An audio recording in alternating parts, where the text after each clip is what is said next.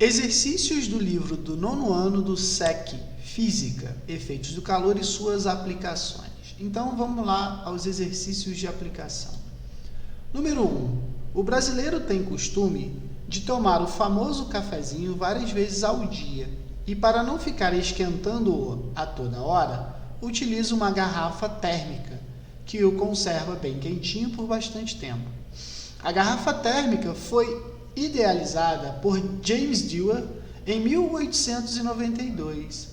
Ela é constituída de modo a evitar os 3 processos de transmissão de calor: condução, convecção e irradiação. Faça um esquema da garrafa térmica em corte e explique o seu funcionamento. Então, tá aí o esqueminha da garrafa térmica em corte, certo? Já botei sinalizado as 3 partes importantes.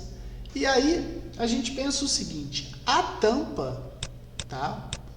A tampa, ela serve como isolante, tá? Da garrafa.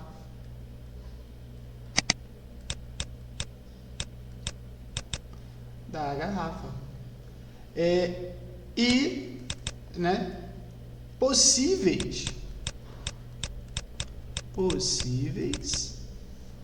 correntes de convecção.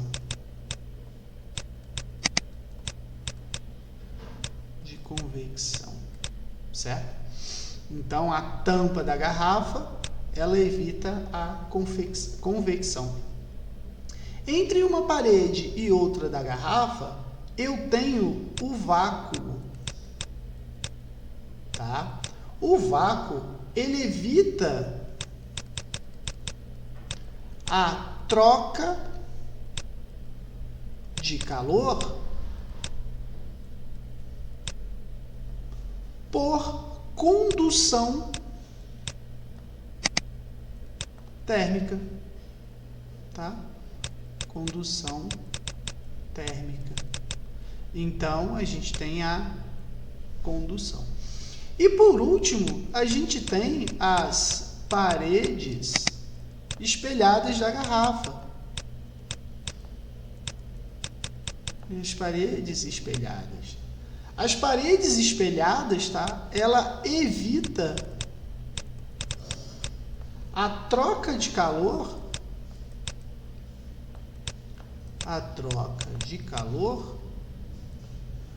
por irradiação.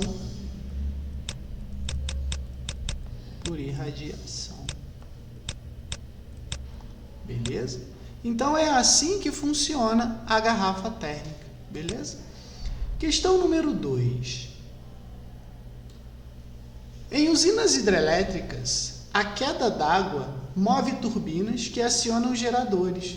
Em usinas eólicas, os geradores são acionados por hélices movidas pelo vento. Na conversão direta solar-elétrica, são células fotovoltaicas que disponibilizam energia elétrica. Além de todos produzirem eletricidade, esses processos têm em comum o fato de... Bom, o questionamento aqui é o seguinte: a gente tem usina hidrelétrica usa água, né, para mover as turbinas. Em eólica são acionadas hélices pelo vento, e na conversão direta solar-elétrica ela faz a transformação da luz solar em energia elétrica. Então, o que tem esses 3 caras em comum? A água, o vento e, vou botar assim, a luz do sol. Esses 3 caras, eu posso dizer que é energia renovável. Certo? Se é energia renovável, vamos lá, não provoca um impacto ambiental? Cara, a usina hidrelétrica provoca muito. e os geradores também, né? A solar elétrica é a que não vai poluir. Não depende de condições climáticas? Lógico que depende. Se não tiver, por exemplo, sol, não tem geração de energia elétrica. A energia gerada pode ser armazenada? Não.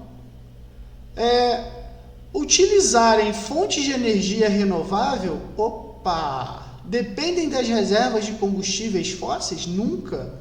Então a resposta é letra D, porque utilizam fontes de energia renovável, certo? Questão número 3. Os beduínos que vivem no deserto usam roupas de lã, de modo que a temperatura do seu corpo seja mantida inferior em relação à temperatura do ambiente. No uso deste tipo de roupa está baseado no fato de a lã, a lã, ela é um isolante térmico. Então, o que vai acontecer? Quando o beduíno usa uma roupa de lã, ele está isolando, né, a temperatura do corpo dele da temperatura externa, certo? Então, ele está fazendo o quê? Um isolamento.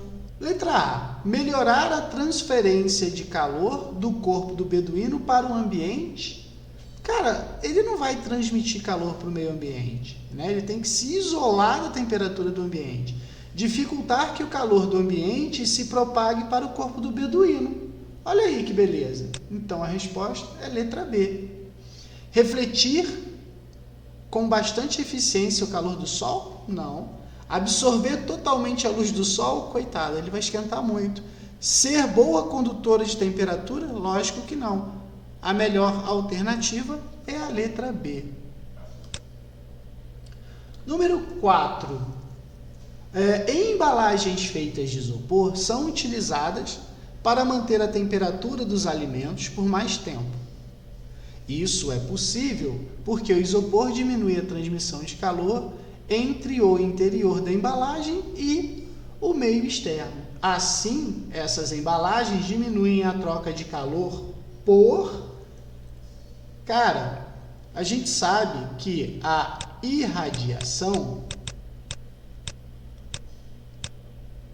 eu escrevi para vocês, ela é por meio de ondas eletromagnéticas,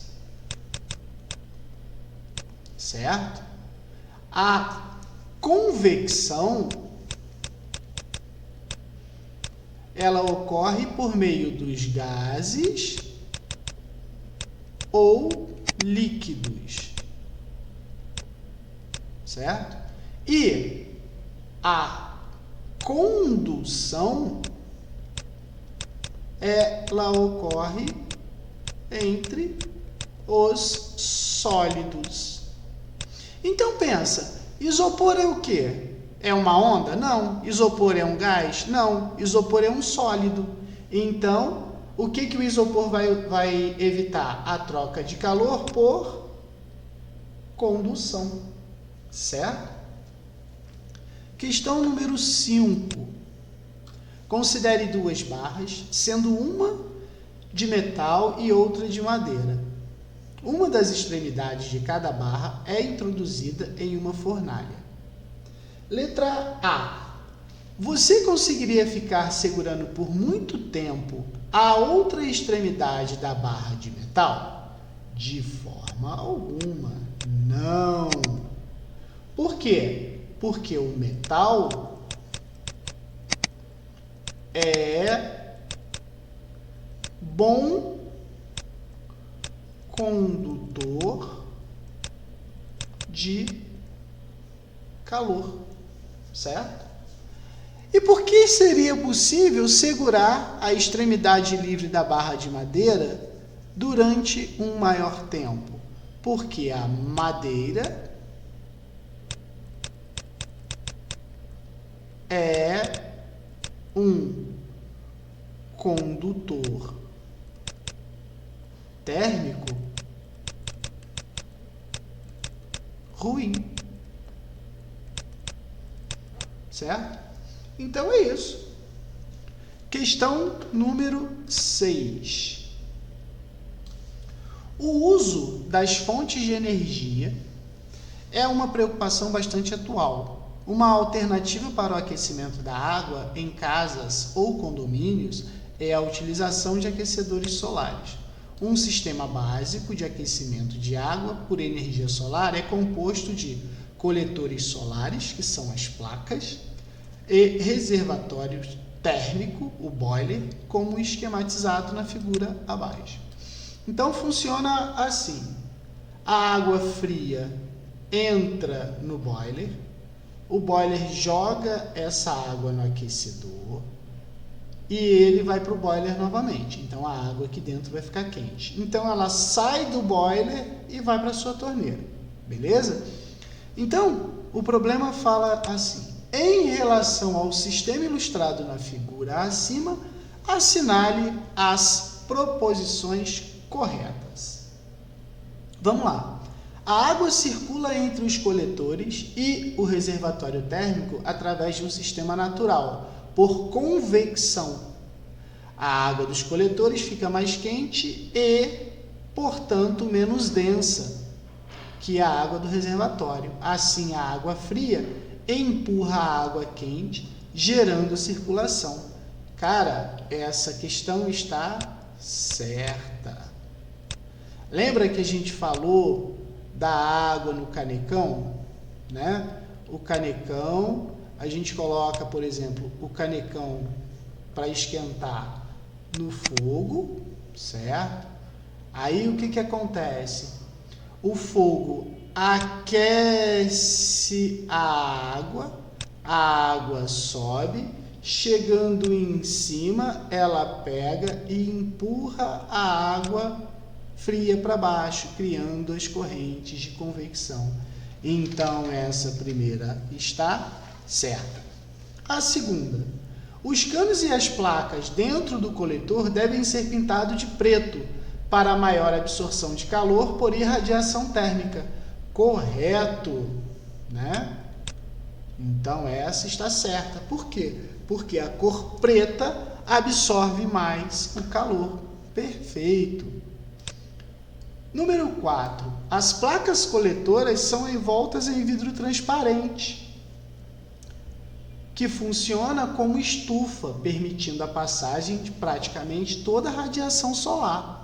Essa radiação aquece as placas, que, por sua vez, aquecem o ar no interior da estufa, formando correntes de convecção, sendo que este ar é impedido de se propagar para o meio externo. Poxa, mais uma questão correta, né? Então, mais uma certa. Questão número 8. Em todo o processo de aquecimento desse sistema, não há transferência de calor por condução. Cara, lógico que isso aqui está errado. Ocorre sim. Nos canos e nos outros metais, o calor se propaga por condução. Então, qual seria, em todo o processo de aquecimento desse sistema, ocorre a transferência, sim, né? Pelos canos, ou melhor, ocorre a transferência por condução pela parte metálica do sistema. Tá? Questão número 16. Como a placa coletora está situada abaixo do reservatório térmico, o sistema anterior descrito só funcionará se existir uma bomba hidráulica que faça a água circular entre eles. Lógico que isso aqui está errado. Foi dito lá em cima no texto que por convecção a água fria desce e empurra para cima a água quente. A água quente empurra a água fria para baixo. Então, não precisa de bomba hidráulica, por isso que aqui está errado. E 32. A condução de calor só ocorre nas placas, pois são metálicas, mas não ocorre na água. Cara, a água também pode ocorrer condução, né? Errado, porque a água vai esquentar e ela vai transferir o seu calor para a água fria, de termos de convecção, certo? Dê a soma dos números dos itens corretos. Os itens corretos são o 4, o 2 e o 1. Então, vai ficar o quê? 4 mais 2 mais 1, 7. Beleza? Então, acabamos por aqui.